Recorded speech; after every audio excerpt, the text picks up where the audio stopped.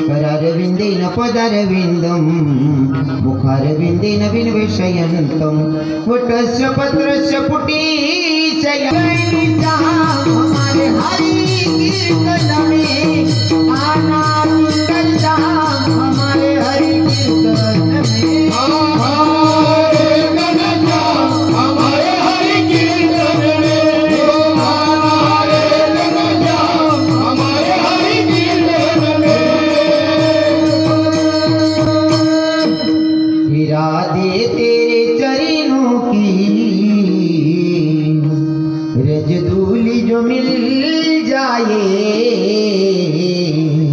सच कहता हूँ मेरी तकदीर बदल जाए। इरादे मेरे जीवन की बस एक तमन्ना, बस एक तमन्ना है तुम सामने हो मेरे, मेरा दम ही निकल जाए। सच कहता हूँ मेरी तकदीर बदल जाए, तकदीर बदल जाए, सच्ची में तकदीर बदल जाए। आपण राहतोय कान्हा देशामध्ये आणि आपल्या कान्हा देशाची श्रीमंती कोणी कोणाशी बोलू नका, मायबाप हायाल कीर्तन म्हणतात बरं। तुम्हाला असं वाटलं ना बाजूने वार उधळले येले भन्ने आले हाय कीर्तन शे बरं, कीर्तन मग बिनकाम न बोलू नये। तुमने मागल्या वेळेस बी रिक्वेस्ट विनंती करी सांगतो मी, कीर्तनाचे नियम असतात।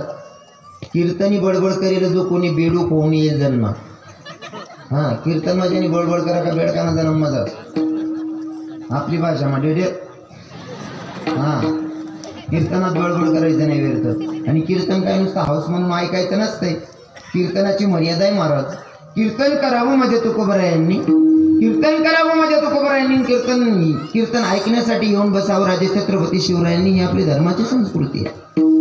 राजे छत्रपती शिवराय जर कीर्तनाला येत असतील तर आपण सुद्धा आलं पाहिजे, आल्याच्या नंतर तसंच बसलं पाहिजे। नका ना रे बोलीन पायरे दामडो घाल देणार। भजनामध्ये पंढरीश पांडुरंग परमात्मा हजेरी लावतो, पंढरपूरवरनं इथपर्यंत येतो। हा जर आपल्या संतांनी शिकवण दिलेली आहे आणि हा आपला विश्वास आहे तर मला असं वाटतं आपल्या कान्हा देशाची श्रीमंती म्हणजे वणीगडाची देवी, आणि त्यातल्या त्यात अजून म्हणजे आपल्याच खानदेशाची कानबाई माता। मग जर का पंढरीश पांडुरंग परमात्मा हजेरी लावतो तर इथल्या इथं देवी हजेरी लावत नसेल का? येत नसेल का देवी?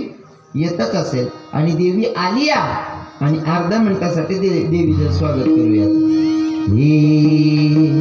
अरे बाई तुम्ही कुंकू घ्या, हरस केली बसून घ्या। अरे बाई तुम्ही कुंकू घ्या, हरस केली बसून घ्या।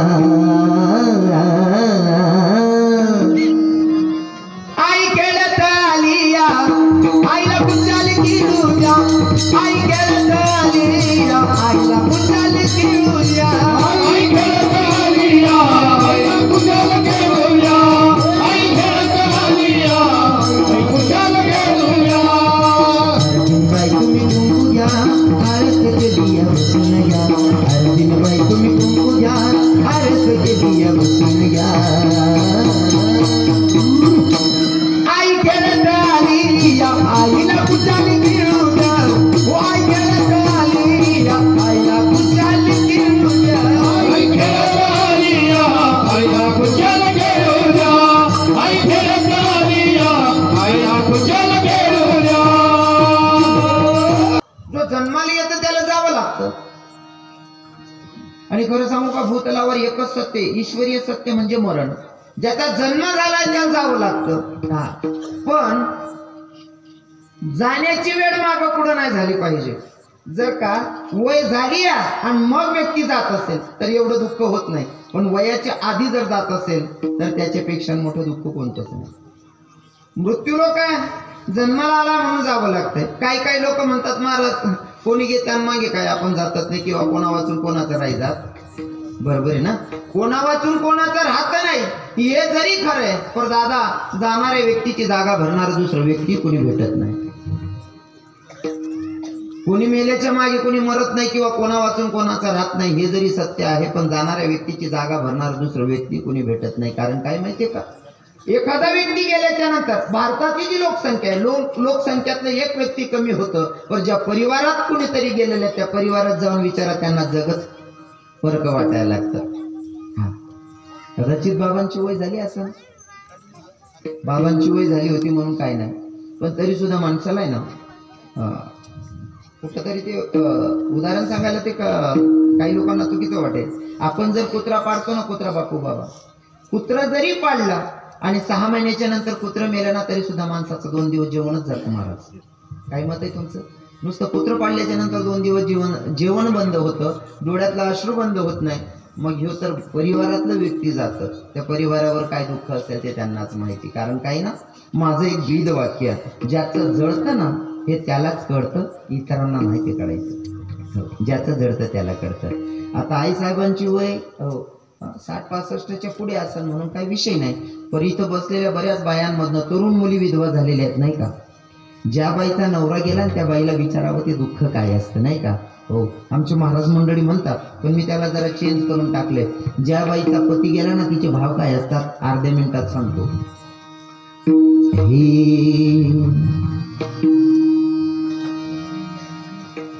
दुःख सावना मनावर हाऊ दुःखाना डोंगर, कसा होना मनावर हाऊ दुःखाना डोंगर.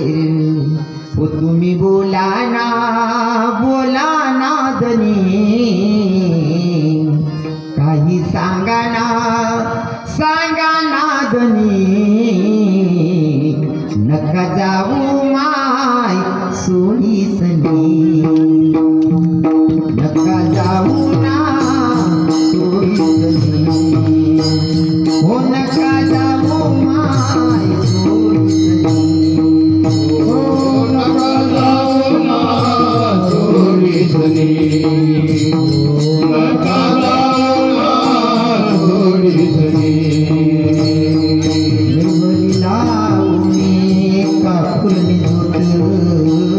तरी मना कोणा करी दिनागात, देवलीला उनी का पूर्णी जोत. तरी मना कोणा करी दिनागात, देवबा दयाउनी नाही कामनी. तुले दयाउनी नाही कामनी. नका जाऊ माय सोडी सनी, नका जाऊ ना सोडी सनी. हो नका जाऊ ना सोडी सनी. नका जाऊ ना सोडी सनी. हे झाले पत्नीचे भाव, हे झाले पत्नीचे भाव.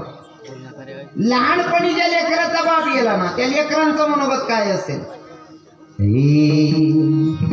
माझ्या डोळ्यातली आसव कोणी माईन पुसताना, माझ्या डोळ्यातली आसव कोणी माईन पुसताना.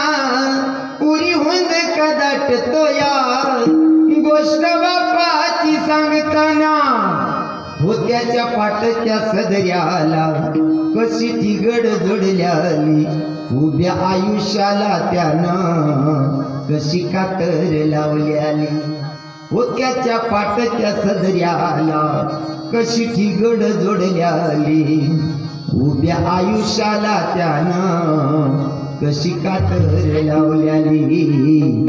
मला कसंच होत या कुणी बाबा म्हणताना, पुरी हुंदी का दाटतो या गोष्ट बापाची सांगताना. पुरी हुंदी का दाटतो या गोष्ट बापाची सांगताना. समजा हे झालं मुलाचं मनोगत, आणि जर का तरुण भाऊ गेला असेल तर त्या बहिणीचं मनोगत काय असेल ऐका. हे धुळे तालुक्याचा कापणे या गावाचा दादा होता रे लई गुणाचा इका सोडून गेला मला ये ना दादा झालास का परका ये ना भाऊ ये ना दादा झालास का परका काळा दिवस उजळला घात काळाने हो केला नजर भिरभिर ते दाराला ये ना परतूनी घराला माय बोलावते रे तुला ये ना दादा झालास का परका रक्षाबंधन या सणाला बहीण येईन रे घराला राखी बांधेल रे कोणाला तुझी आठवण येईल तिला आये बहिणीचा लाडका ये ना दादा झालास का परका ये ना भाऊ ये ना राजा झालास का परका दादा ये रे बंधू ये ना दादा ये ना भाऊ ये ना धुळे जिल्ह्याचा कापणे या गावाचा दादा होता रे लई गुणाचा का सोडून गेला मला ये ना भाऊ ये ना दादा झालास का परका ये ना बंधू ये ना दादा झालास का परका ये ना दादा ये ना बंधू झालास का परका विठ्ठल